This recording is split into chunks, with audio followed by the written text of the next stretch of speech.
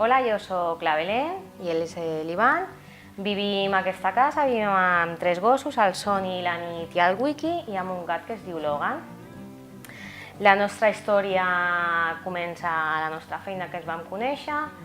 L'Ivan tenia el Soni i el Logan i era voluntari del CAC de Barcelona i em va portar amb ell a veure què era això.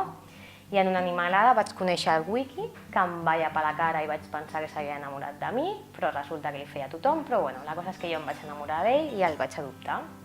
Jo volia adoptar un altre gos i em vaig plantejar que fos un gos potencialment perillós precisament perquè tenen més difícil l'adopció i perquè ja portava temps a la gossera passejant gossos d'aquestes races i la veritat és que m'agraden i allà vaig descobrir que realment molts dels mites sobre aquests gossos són falsos.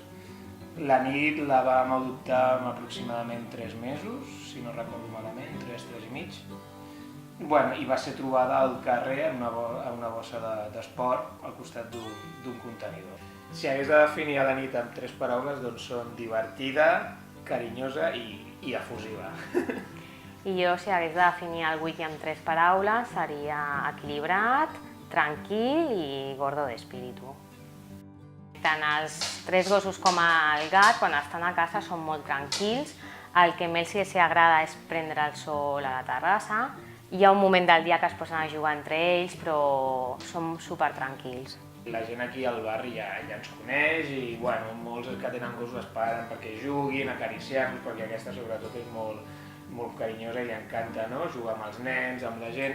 Però sí que al principi, quan ens vam instal·lar al barri, clar, et veiem amb 3 gossos mitjanament grans, amb 2 GPPs, doncs clar, hi havia gent que no s'atrevia a acostar al seu gos o que directament, encara que no tinguessin gos, fugien, no?